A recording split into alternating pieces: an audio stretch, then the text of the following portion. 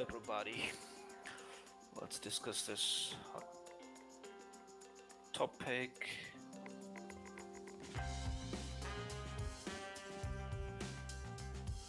Um,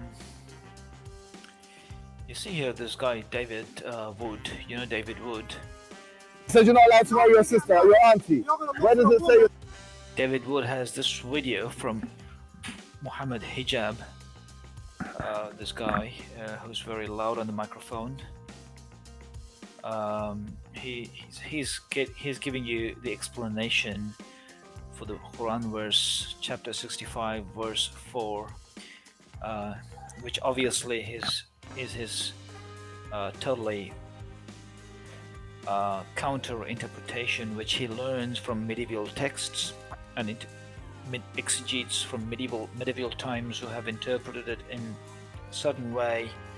It's not a majority interpretation, but anyway, I don't care whether it is majority or minority, but this is a medieval interpretation, and this guy is a proponent of this medieval interpretation, for which there is no substance in the Quran in the wider context, which I will get to it in a second.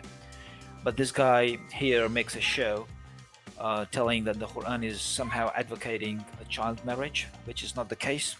Okay, let's listen to him. A little bit of the background. This guy, David Wood, he in the past has had a debate with him, and they've got some beef together.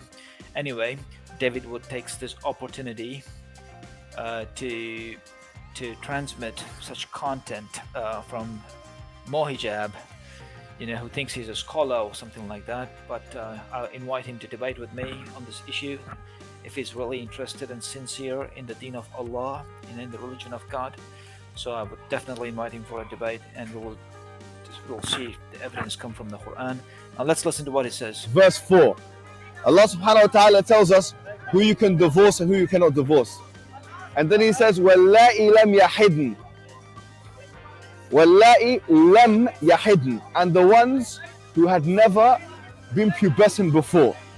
And by the way, this is very important, yeah? I want all Muslims to be aware of this.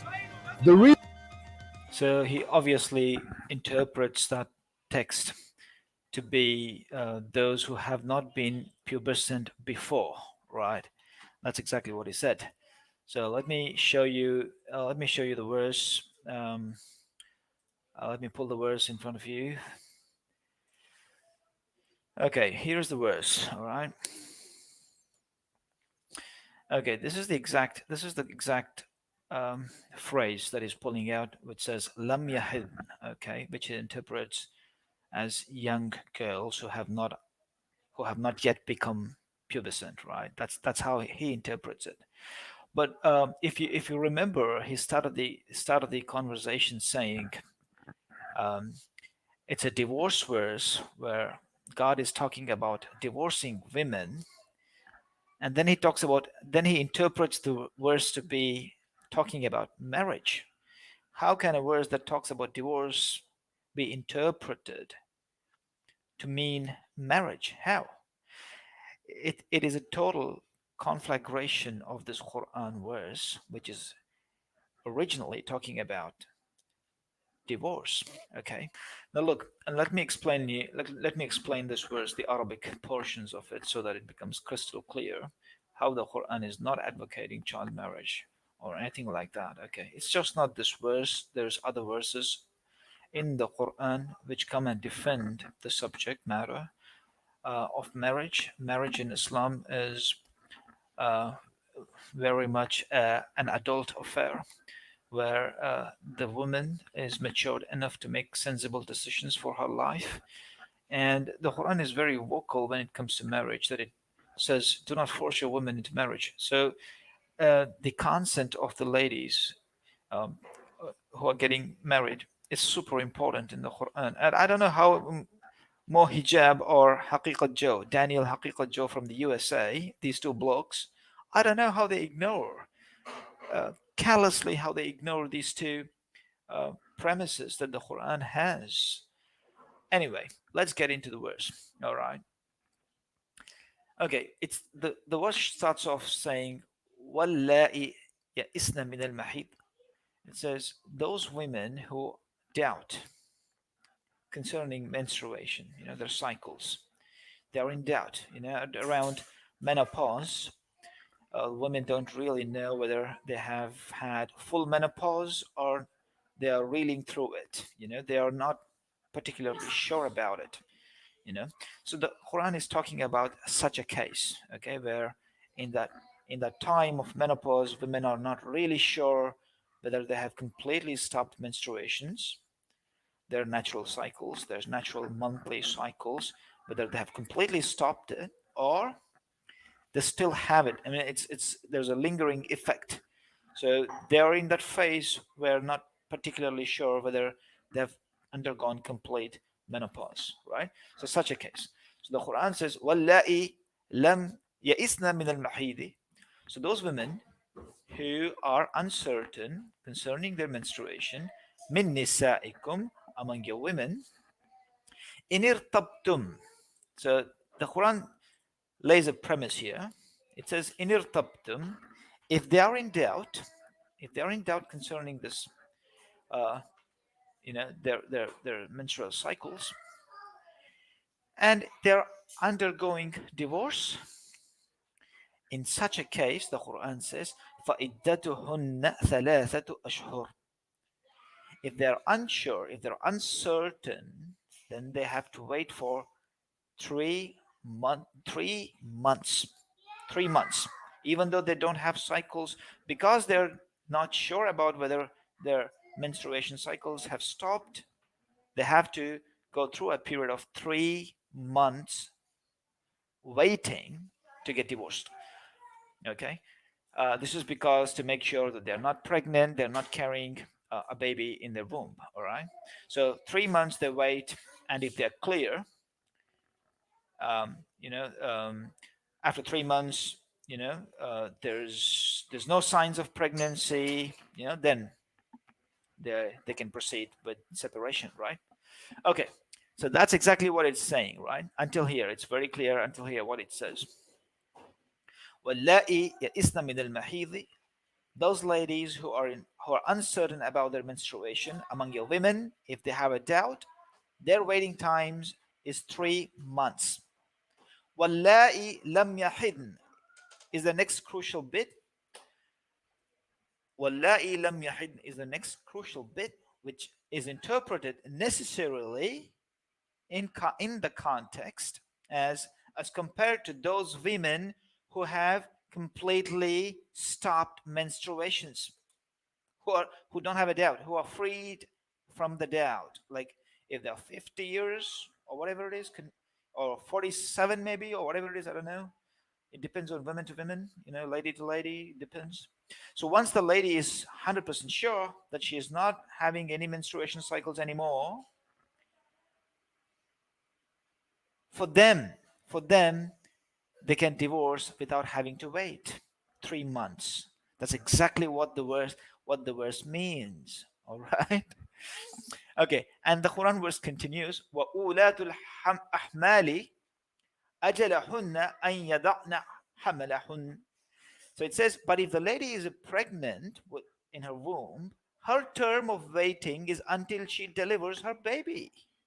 Okay, so it's the Quran is very clear. It starts off saying if the lady has a doubt whether she has stopped menstruations or not, she has to wait for separation for 3 months after the divorce is called. Okay, but if she's 100% sure she's not menstruating, then she doesn't have to wait for 3 months for separation. Does it make sense? Okay, but in case she is pregnant, she is found pregnant during the time she's found pregnant, during the waiting time, 3 months of waiting time, she is found pregnant, then she has her waiting period is until she delivers the baby. So this is the Qanun, this is the rule of the Quran, as concerns divorce. Okay, this is exactly what it means. Unfortunately for Mo Hijab and Daniel Haqiqat Joe and stuff like that, they are parrots. They read books of medieval times and they start thinking that they are scholars or whatever it is. Bad on them. they have to heed, they have to be listening. And what I say to the Muslim community who are puzzled between the different people claiming for themselves to be scholars. For example, they might doubt, some of the Muslims may doubt in my scholarship. So what I would say is, Muslims, instead of blindly following anybody who claims to be a scholar, has a beard, wears a cap, wears the white robe, or dresses in jeans, or whatever it is, don't go by the looks. Have these people, have these people who claim to be scholars debate each other within Islam. This is necessary so that the truth comes out. And then you make your judgment whom to follow. Don't just blindly follow because somebody has a beard or somebody's wearing white robes and somebody is not. Don't do these first impression judgments. What I sincerely call the Muslim community to do is have debates internally within Islam. Force your scholars. Don't respect them unless they show up for debates, and let the truth come out. Don't respect them. Don't give them free respect. Don't give them a free ticket. Let them earn it. So I'm here sitting and challenging Daniel Hakika Joe and Mo Hijab. Okay, let them come for a debate online. Let's debate. We'll pull out the proof and we'll see what this verse actually means. In my opinion, Mo Hijab and Daniel Hakika Joe, they have counter-interpreted this verse, which is talking about divorce primarily, and you cannot interpret marriage in it. When it is primarily talking about divorce, it's counter-interpretation to interpret marriage in it. You cannot. I mean, it's not logical. It is not respectful of the Quran. When the Quran is talking about divorce, you cannot interpret marriage in it. For God's sake, don't do that. It's a total conflagration of this verse. It's total disrespect to the Quran. Don't do that, please. Don't do that. Have the fear of God. God says, "Well, وَمَن يَتَّقِ اللَّهِ," have fear of God. Those who fear God, يَجْعَلْ لَهُ مِنْ أَمْرِهِ يُسْرًا. He will certainly make their affair easy. Okay, look, guys, don't rush. Okay, don't rush. Have your heroes or your sheikhs or whatever you call them, test them. Don't just accept them. Test them. Force them to debate. People with um, difference of opinion. They have to debate. Only when they debate, the truth comes out. So don't give them a free ticket. That's my humble opinion. And once again, I reiterate my challenge to Daniel Haqiqa Joe and Mo Hijab. My challenge stands. This verse does not mean child marriage in any sense. It only means that those women who have completely ceased their menstruations, they don't have to wait, they don't have to wait the 3 months duration for separation in their divorce. That's all it means. It means nothing more than that. And interpreting marriage in this divorce verse is counter interpretation. It's a conflagration of this Quran verse. It's disrespect to the Quran. Please stop. Please cease. Okay? Well, see you in the next video. I mean, I want to do more of these videos to dispel the myths that are around there. So I hope you've taken a thing or two from this. So if you are one of those associates who follow them, force them to talk to me. Force them. It's your duty now. Okay. All right, guys. Look after yourselves. Salam.